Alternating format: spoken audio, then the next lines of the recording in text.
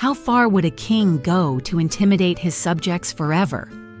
Thousands of Londoners flocked to Tower Hill in August 1305 to witness a bloody spectacle. The streets of London were filled with the cries of merchants and the clatter of horses' hooves on the cobblestones. But on that August morning, the city was filled with another sound: the dull roar of a crowd eager to see the execution of Scottish knight William Wallace. The man for whose head a messenger had already been sent with the promise of a reward was not just a criminal. He had become a symbol of defiance against the mighty English crown. This was not simply a deprivation of life, but a carefully planned spectacle of cruelty, designed to destroy the idea of a free Scotland, along with the man who embodied it. In the popular imagination, fueled by romantic tales and later Hollywood films, Wallace became something almost noble, a brave warrior who died a quick death. But the reality was far more gruesome. King Edward I, nicknamed Longshanks, conceived this execution as a terrifying lesson that would echo in the hearts of generations. He chose the punishment of a traitor for Wallace: hanging, drawing, and quartering. Such punishment was the highest measure of judicial cruelty in medieval England. Deprivation of life was combined with public mockery of the body and the destruction of any hint of human dignity. To truly understand the horror of the impending execution, one must imagine the world that gave rise to it. Scotland in the late 13th and early 14th centuries stood at the crossroads between the desire for freedom and the suffocating control of England. The concept of nationhood was still in its infancy, and loyalty was often determined not by patriotism, but by the simple hope of survival. Wars of independence broke out after a crisis of succession. In 1208, King Alexander III died suddenly, leaving no clear heir to the Scottish crown. Edward I saw a chance to convince his people that the northern land was nothing more than a rebellious province, not a sovereign kingdom. Out of the chaos of rebellion and defeat, William Wallace emerged. Historians disagree about his origins, but most agree that he was a poor nobleman from the vicinity of Renfrew. His estate and family suffered greatly under English oppression, and his personal grief merged with national outrage. Driven by a thirst for justice and liberation, he raised a rebellion. The great victory came on September 22, 1297, at the Battle of Stirling Bridge. Together with his comrade Andrew Moray, Wallace employed tactical genius. He lured the English knights into a narrow passage across the river where their heavy armor proved useless. This battle proved that a free Scotland was not an illusion, but a reality worth fighting for. But Longshanks was not going to accept this challenge. After brutally suppressing the rebellion in Wales and issuing a decree expelling Jews from England in 1290, he understood that rebellion was like fire. If it was not quenched with cold blood, it would engulf everything around it. Wallace's victory was to be not a fleeting flash in the pan, but a sharp warning. By 1305, most of the Scottish barons had already succumbed to Anglo-Norman pressure. Wallace remained the last beacon of resistance, and at the same time, a disgrace to those who chose to bow their heads. His capture was not just a military necessity, but also a political triumph. A living legend was challenging the legitimacy of English rule.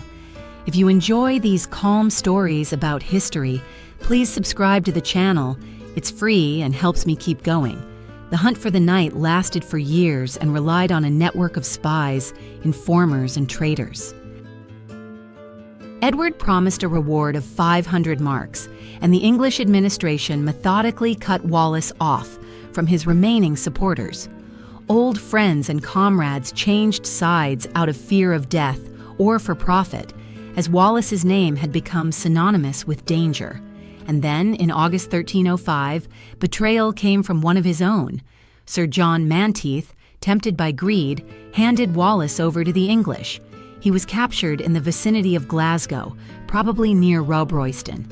Exhausted and weakened in heavy chains, the knight was taken to London under heavy guard. Captured and brought to the capital, Wallace's body became a trophy, greeted with ovations from the townspeople.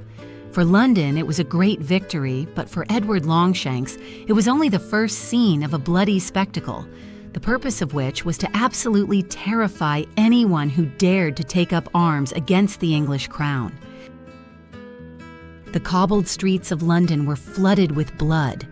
This is not a legend, but a real spectacle of intimidation of the people.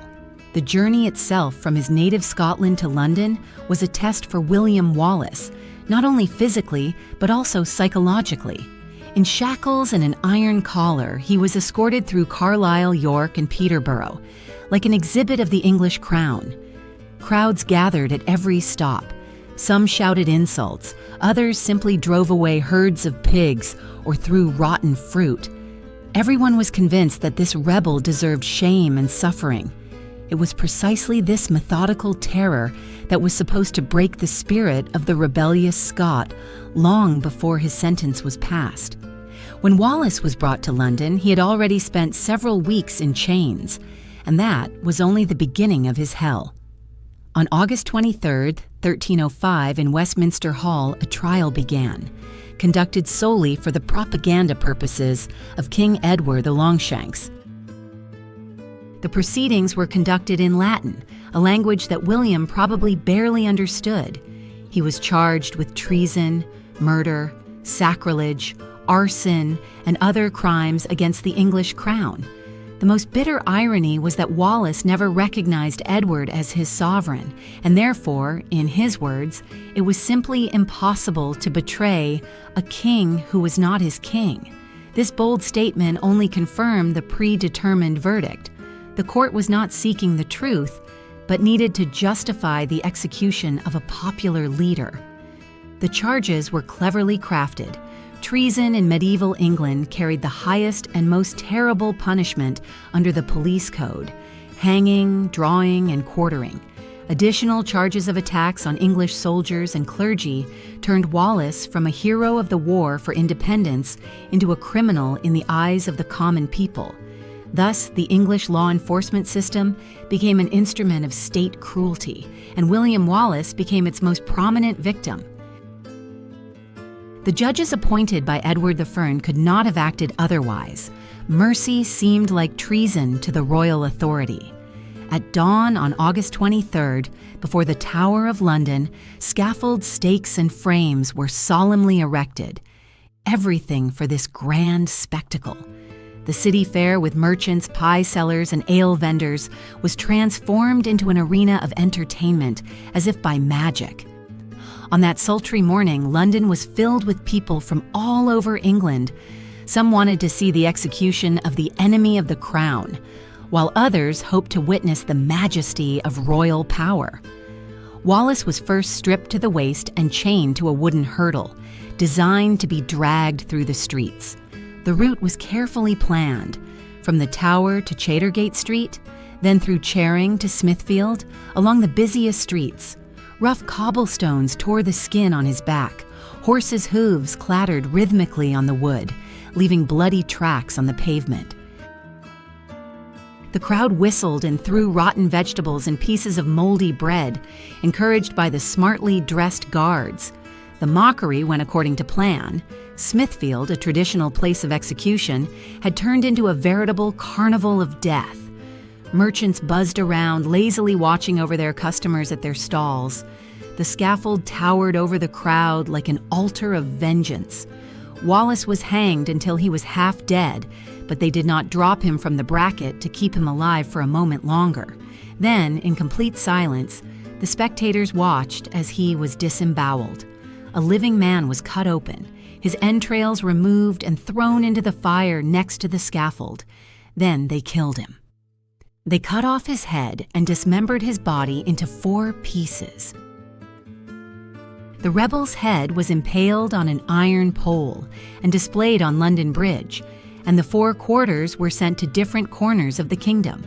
One to Carlisle in the north, another to Berwick in the east, the third to the west coast at Liverpool, and the 4th to the south, to the border with Scotland. Each fragment became a warning of the power of the English crown. This was not simply an execution. It was the destruction of a man's memory and an attempt to intimidate the rebellious. William Wallace died a hero, but for the English court he left a terrible lesson about how to wipe an entire legend off the face of the earth. Moments of horror that tear the heart and mind apart. On August 23, 1305, a huge crowd gathered in London. Some came to gawk, others to tickle their nerves, and a few truly understood that this was not just an execution, but a demonstration of absolute power.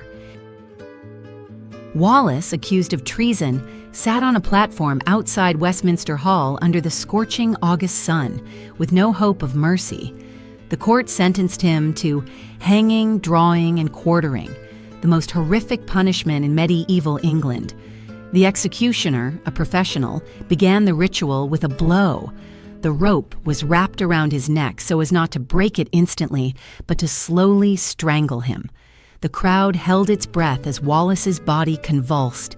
His face turned blue, and the veins in his neck bulged.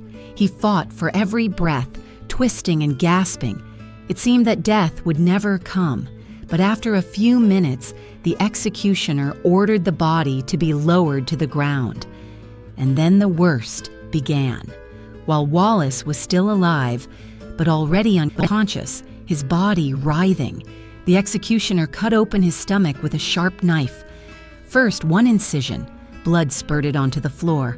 Then the executioner removed the liver, heart, and lungs, holding each organ up to the cheering crowd.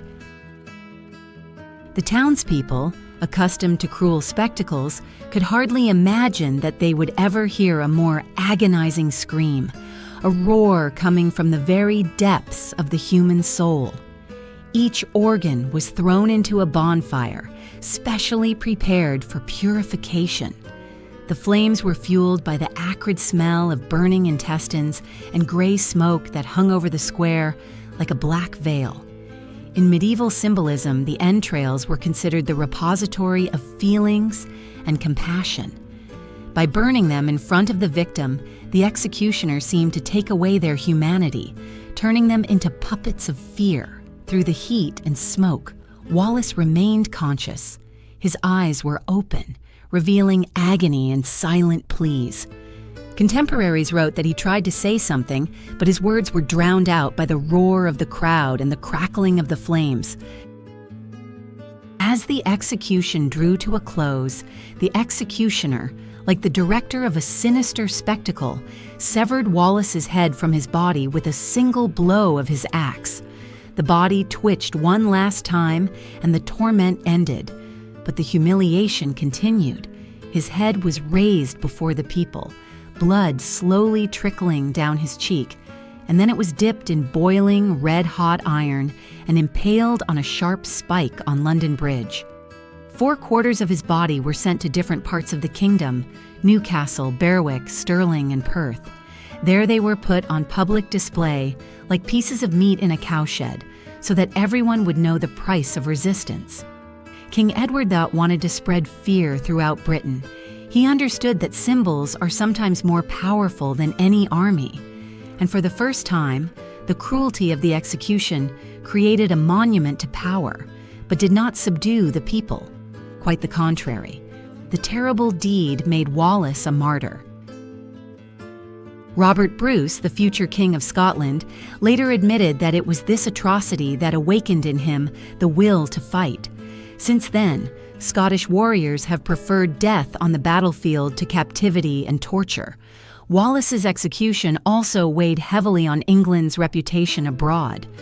Other kingdoms watched such spectacles with trepidation and disgust. Even in the Middle Ages, it was understood that excessive cruelty wounds not only the body, but also the blood ties between peoples. Thousands of eyes were fixed on London. Today, the man who would forever go down in history as a folk hero was to be executed. The Lanark Chronicle, created by English monks, recounts the execution of William Wallace with striking detail. It describes not only the actions of the executioners, but also the reaction of the crowd eager for spectacle. Wallace was in terrible agony for almost an hour. He was hung on a rope, disemboweled, and quartered right in front of the walls of the tower. The records show that even the preparation of the guillotine looked like a carefully planned attraction, from restoring order in the square to gathering the plebs from all over the city. Court documents stored in the National Archives of England shed light on the trial itself. In 1305, the Scottish hero was tried in Westminster Hall. He was charged with treason, the most serious crime under the laws of the time. The papers record each charge, the cost of building the scaffold, and even the executioner's wages. These figures lend particular credibility to the story. The English authorities were well aware that they were creating an important historical event. In contrast to the official English chronicle, John Fortey's chronicle portrays Wallace as a martyr. According to the medieval Scottish chronicler, he accepted death with dignity, did not kneel before anyone, did not ask for mercy, and did not renounce the struggle for the freedom of his homeland. This picture, perhaps embellished with romanticism, clearly shows the impression the execution made on the Scottish consciousness. The defeated warrior became a symbol whose sacrifice turned defeat into spiritual triumph. Witnesses on both sides shed light on the details of the spectacle that replaced justice. Some speak of the crowd's wild jubilation. Others note Wallace's serene gaze as he looked straight into the faces of his executioners. These conflicting memories emphasize that the same event took on completely different meanings for different people, from brutal entertainment to a spiritual feat. The legacy of William Wallace underwent a metamorphosis. In the centuries that followed, he became a cornerstone of Scottish national consciousness. His name became a symbol of indomitable resistance to foreign rule, and the horrific cruelty of his execution became an argument in defense of even the enemies of the state's right to human dignity. Early modern lawyers referred to the extremes to which the sentences of rebels could go and called for restrictions on the severity of punishments so as not to trample on the foundations of humanity. Over the centuries, ballads and romances, paintings and epic poems have brought Wallace to life. From medieval songbooks to contemporary filmmakers, his feat has repeatedly become a plot, each time taking on new meaning. Sometimes the hero appears as a martyr, sometimes as a fighter for justice. Particularly memorable is the scene of his execution, which has become a symbol of the eternal struggle between freedom and despotism. The psychological impact on the Scots was no less significant than the political outcome. The tragedy of the execution created a collective trauma, but at the same time strengthened the moral spirit of the people. Wallace's martyrdom proved that even in the most humiliating conditions, a person remains human if they are able to defend their ideals until their last breath. The form of execution, hanging, disembowelment, and quartering, was used for those considered the greatest traitors. Edward the Longshanks, in giving the order, made it clear that all of Britain was his property and that no one had the right to renounce the royal power. The public nature of the process only intensified the intimidating effect. The crowd did not just watch, it participated, becoming hostage to the state director. The details of the execution were recorded with particular care, from the procession that led Wallace from prison to the scaffold to the fate of his remains.